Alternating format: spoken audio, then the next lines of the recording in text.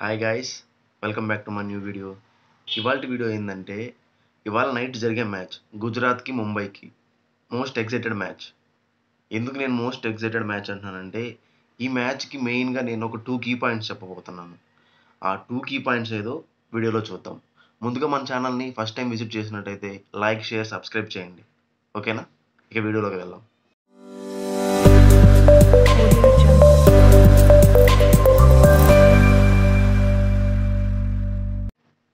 నేను ఇక్కడ 2 key points అన్నాను కదా. ఫస్ట్ కీ పాయింట్ ఏంటంటే హార్దిక్ పాండ్యా లాస్ట్ టైం గుజరాత్లో ఆడాడు. సో అదే గుజరాత్ టీంతో ఇప్పుడు ఆపోజిట్ టీం కెప్టెన్గా ముంబై ఇండియన్స్తో ఫేస్ చేస్తున్నాడు. సెకండ్ కీ పాయింట్ ఏంటంటే అండర్ హార్దిక్ పాండ్యా కెప్టెన్సీలో రోహిత్ శర్మ ఆడబోతున్నాడు. ఓకేనా? ఇవి main 2 key points. Hardik Pandya batting మనం లాస్ట్ ఎప్పుడో కొన్ని నెలల ముందు చూసాం. ఎందుకంటే అతని ఇంజురీ తర్వాత ఇదే first time full time match ఆడడం. ఓకే, ఇక్కడ మెయిన్ కీ పాయింట్స్ ఏంటంటే రోహిత్ శర్మకి ఐపీఎల్ ఫిగర్స్ అనేది చాలా తక్కువ. అసలు అతను స్కోరింగ్ రేట్ చాలా తక్కువ. ఈసారి ఎలా ఆడబోతున్నాడు అనేది చాలా ఇంట్రెస్టింగ్ పాయింట్. ఎందుకంటే యాజ్ ఎ కెప్టెన్ బాధ్యతలు తనకు ఉండవన్నమాట. సో మైండ్ ఫ్రీగా ఉంటుంది. సో ఎలా ఆడతాడు, ఎలా ఫేస్ చేస్తున్నాడు అనేది ఛాలెంజింగ్ పాయింట్.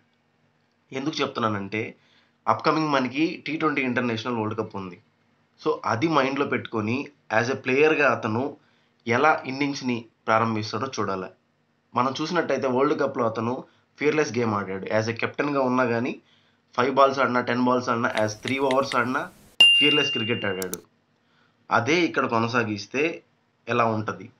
సో మీరేం అనుకుంటున్నారో కామెంట్స్ చేయండి. యాజ్ నేను రోహిత్ శర్మ ఫ్యాన్గా చెప్తున్నాను. నాకు తెలిసి అతని మైండ్ గేమ్ చాలా బాగుంటుందని నేను అనుకుంటున్నాను. మీరేమనుకుంటున్నారో చూద్దాం. ఓకే, వాళ్ళ ఇరు జట్ల ప్లేయింగ్ 11 ఎలా ఉండబోతుందో చూద్దాం. ఇద్దరు టీమ్స్ చాలా బ్యాలెన్స్గా ఉన్నాయి. బట్ చూద్దాం. ఫస్ట్ ఆఫ్ ఆల్ మనం గుజరాత్ స్క్వాడ్ చూసుకుంటే వాళ్ళ side Shubman Gill, Wriddhiman Saha, Sai Sudharsan, David Miller, Vijay Shankar, Rahul Tewatia, Rashid Khan, so Umesh Yadav, చాలా మంచి బౌలింగ్ ఉంది.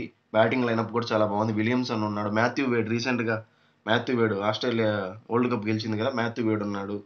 నెక్స్ట్ అదే ముంబై ఇండియన్స్ సైడ్ చూసుకుంటే యాజ్ ఓపెనర్గా రోహిత్ శర్మ, ఇషాన్ కిషన్, తిలక్ వర్మ ఉన్నాడు. ఇక్కడ సూర్యకుమార్ యాదవ్ వచ్చే ఛాన్స్ లేదు. ఎందుకంటే అతను ఎన్సీఏలో ఫిట్నెస్ టెస్ట్ క్లియర్ చేయలేదు. నాకు తెలిసి రాకపోవచ్చు ఈ ఫస్ట్ మ్యాచ్కి. సో తిలక్ వర్మ 1 డౌన్ వస్తే మనకి నేహాల్ వధేరా ఇంపాక్ట్గా ఎవరో కన్నా ఆడించవచ్చు. విష్ణు వినోద్ ఎవరో ఉన్నారు. ఇంకా చూసినట్టయితే బుమ్రా ఉన్నాడు. ఇంకా కొత్త బౌలర్స్ని తీసుకున్నారు. బ్రెవీస్ ఉన్నాడు, డెవిల్ బ్రెవీస్. బట్ బోత్ టీమ్స్ చాలా బ్యాలెన్స్గా ఉన్నాయి.